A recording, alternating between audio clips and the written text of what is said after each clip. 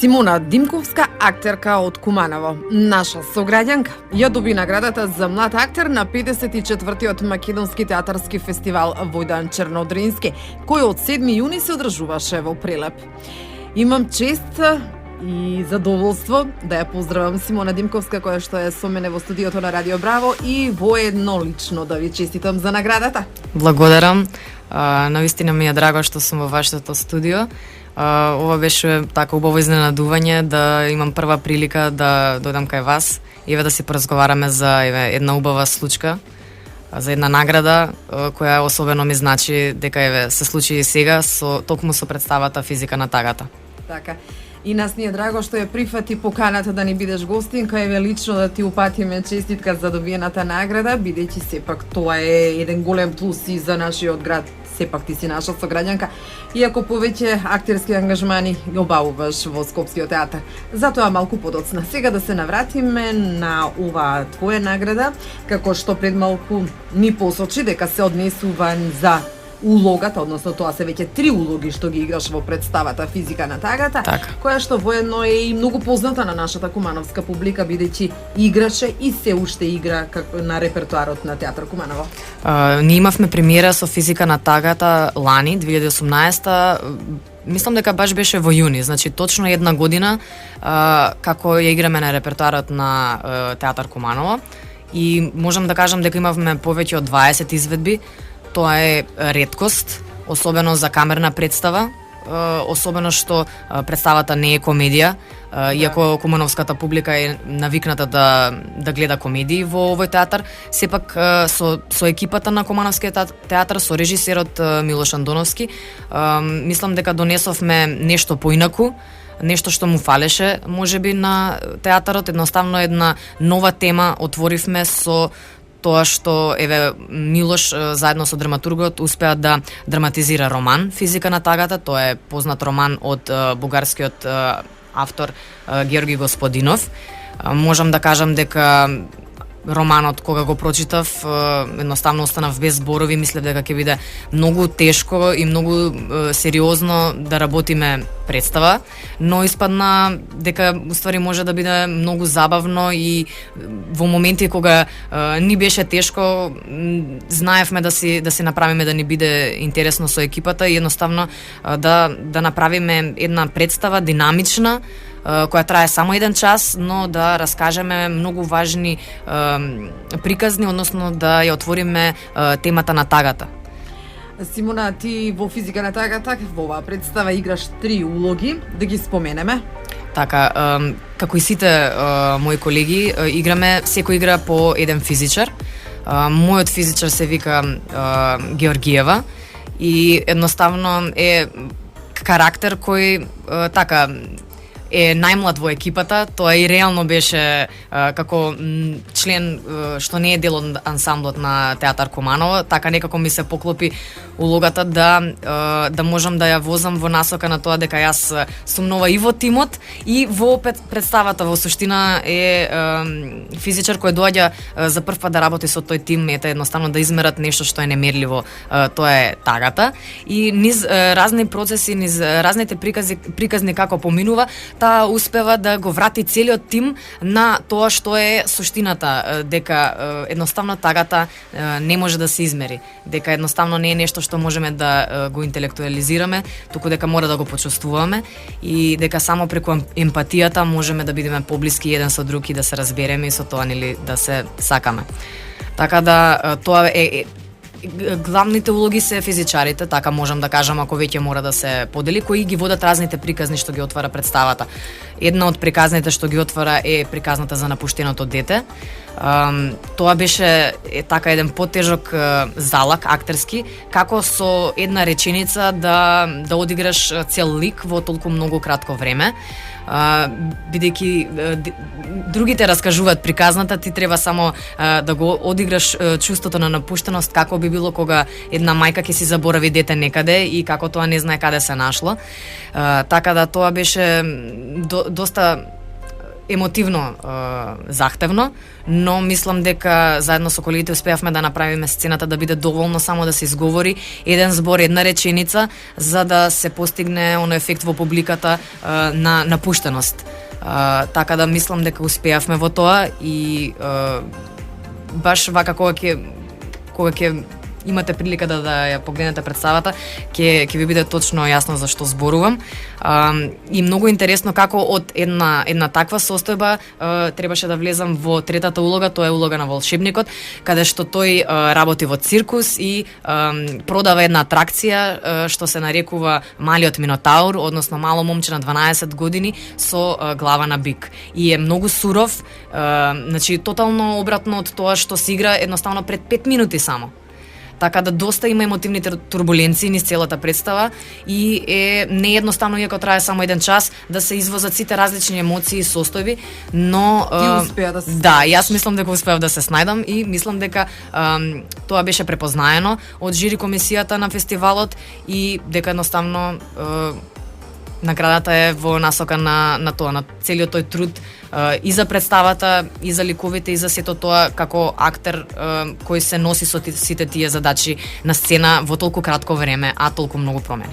Јас мислам вака дека комисијата од театарскиот фестивал Војдан Чернодрински во Прилеп навистина знаеше кому да ја додели наградата, а отиде во вистински раце. Благодарам. Навистина беше во прав момент, затоа што ја изигравме представата многу пати и успеавме многу малку да ја прошетаме, за жал, само бевме до Скопје и до Виница. Ова ни беше трето гостување, така да едноставно еден убав завршеток на целата оваа приказна која почна пред 1 година.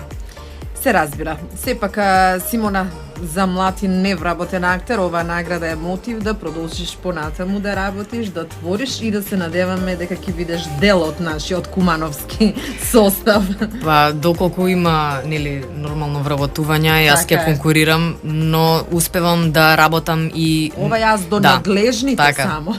Успевам да работам и вака, значи од различни проекти зависност од тоа кој театар, кој режисер ќе ме покани да бидам дел. Вака, кога веќе споменуваме за вакви ангажмани, мора да споменеме дека ти на големо работиш со Скопскиот театар. Така, претежно работам алтернативен театар во Скопје. Најмногу представи имам преку театарот на навигаторот Светко, кој функционира во склоп на кинокултура, бившото кинокултура, кој е било актуелно на времето во Скопје. Сега е како алтернативен културен центар. Претежно представите кои ги имаме правено таму имаат добар одзив од публиката.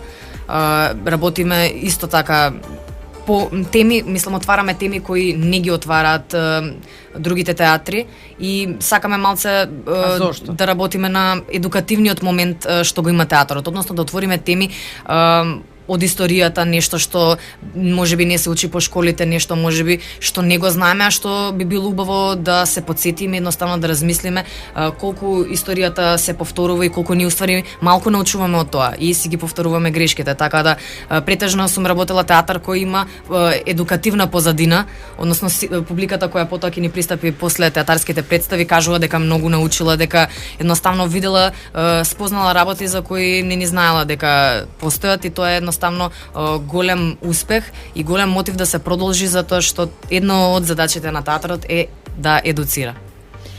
Каква е скопската публика кон театарот, а каква е кумановската? Има голема разлика во публиката, односно во навиката за одење во театар. Скопската публика едноставно има навика, има изградено стил, вкус и едноставно има од прилика ја знаеме таа публика која е таа публика која оди на представи и можам да кажам дека доста луѓе пратат театар во Скопје, дека има луѓе кои едноставно едва чекаат да излезе премиера, дека се цело време упатени што се случува во театарот, конкретно во Скопје, затоа што имат прилика, има повеќе театри, повеќе представи, полни репертоари и имат едноставно поголем избор. Така се едуцира публиката, така се гради вкусот, така се гради критериумот за представите. Додека во Куманово, бидејќи постои само еден театар, публиката според она ја што можев да го видам преку оваа представа, многу малку беше и прв зафат за Кумановскиот театар. Да, според ова дека поставивме нетипична представа која не се очекува од Кумановски театар, сепак имавме публика која беше многу културна, многу тивка публика за да ни овозможи на нас да го пренесеме она што сакаме. Жал ми е само што публиката, дали веројатно поради недоволна информираност, недоволен маркетинг, со текот на времето се повеќе и повеќе се намалуваше бројот на кумановската публика што доаѓа. Повеќе ни доаѓа луѓе од страна, можам да кажам, затоа што сепак романот е познат и многу луѓе знаат за романот, го читале и едноставно им беше мотив да дојдат да видат како може од роман да се направи представа. И баш ме жал што кумановската публика едноставно низ оваа година многу малку луѓе помина да ја видат представата, но се надам дека тоа нема да биде пречка, дека напротив ќе биде поттик за да поработи театарот и на делот со маркетинг, за да допре една ваква тема треба да се презентира првин маркетиншки, а потоа кога веќе ќе се направи добар маркетинг, представата ќе си ја добие публиката што си ја заслужува и публиката ќе си ја добие представата што си ја заслужува. Во моментов која представа работиш, на која си ангажирана? Вака, моментално бев вклучена во една работилница аудиција во Драмски театар со една млада црногорска режисерка која работи во Словенија. Таа правеше аудиција кастинг и според тоа што работевме, јас влегов во поделата, така да од септември почнуваме со Плоштад на Слобода. Бернард, авторот, само не ми текнува сега во моментов како беше авторот, австријски автор, познат модерен драмски автор од Австрија со интересен текст. Плоштад на Слободата, тоа би било нешто интересно сега што ќе биде скоро, но исто така работам и летово планирам да работам и на нешто свое, односно започнав да спремам монодрама, така да крајот на летово би сакала да биде готова. Ќе се вика Океанот и сакам да отворам една тема која што кај нас е повеќе како табу тема, односно тема за која само се читаме и не разговараме меѓу себе, а мислам дека и како сериозна и е потребна да се постави на сцена, а тоа е темата депресија.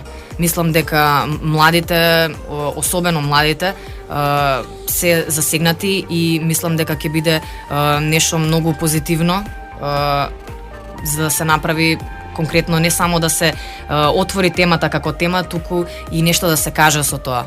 Односно да пробаме да ги дестигматизираме заболените, затоа што сепак депресијата е болест, иако можеби не сакаме да се сложиме со тоа.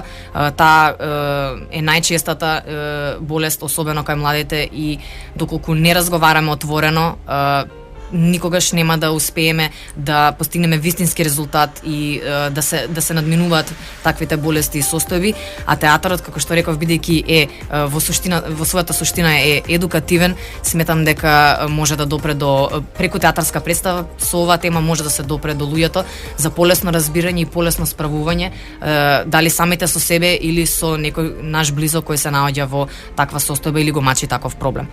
Така да едноставно имам голем предизвик пред себе. И мислам дека ќе успеам нешто да направам и со тоа да придонесам. Одлична тема, за која што мора и да се сложам дека е болеста на 21. век, а која што многу се занемарува, иако е се повеќе и повеќе присутна. Така. А сега одиме на една друга тема. Покрај тоа што Симона е како изворедна млада актерка, таа е и основач на Сдружение на граѓани Културно ехо. Да.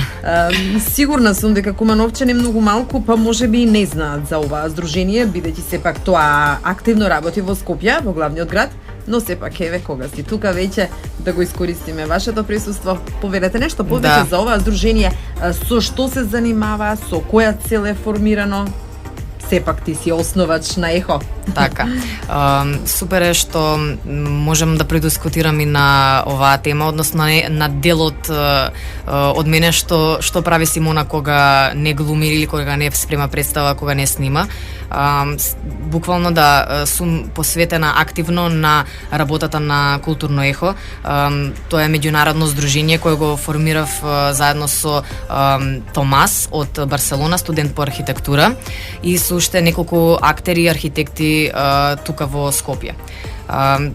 Идејата беше моја, на кратко, едноставно видов низ годините патувајќи Скопје, Куманово и по други градови, колку многу напуштени објекти има во нашата држава и колку во тие објекти има сериозни потенцијали, а од друга страна градењето на нови објекти оди само во нагорна линија и премногу забрзано според мене и непотребно. Загадувањето од друга страна расте, природата се уништува и напишав еден проект каде што треба едноставно да направиме едно истражување колку такви објекти постојат, не се користат и зошто, и дали може и што може да се направи тие објекти повторно да заживеат со некоја нова намена која му треба на населението. Односно, например, доста голема инспирација беше Куманово со навистина многу напуштени објекти, и тоа во строгиот центар на градот.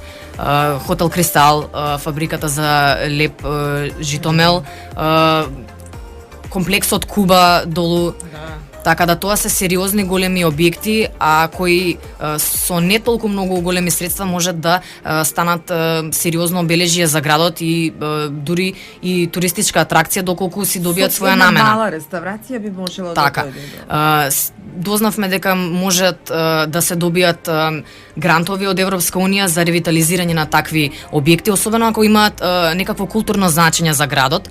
А голем дел од овие објекти, конкретно еве ако зборуваме само за Куманово, и како имаат и се во едноставно културната меморија на граѓаните.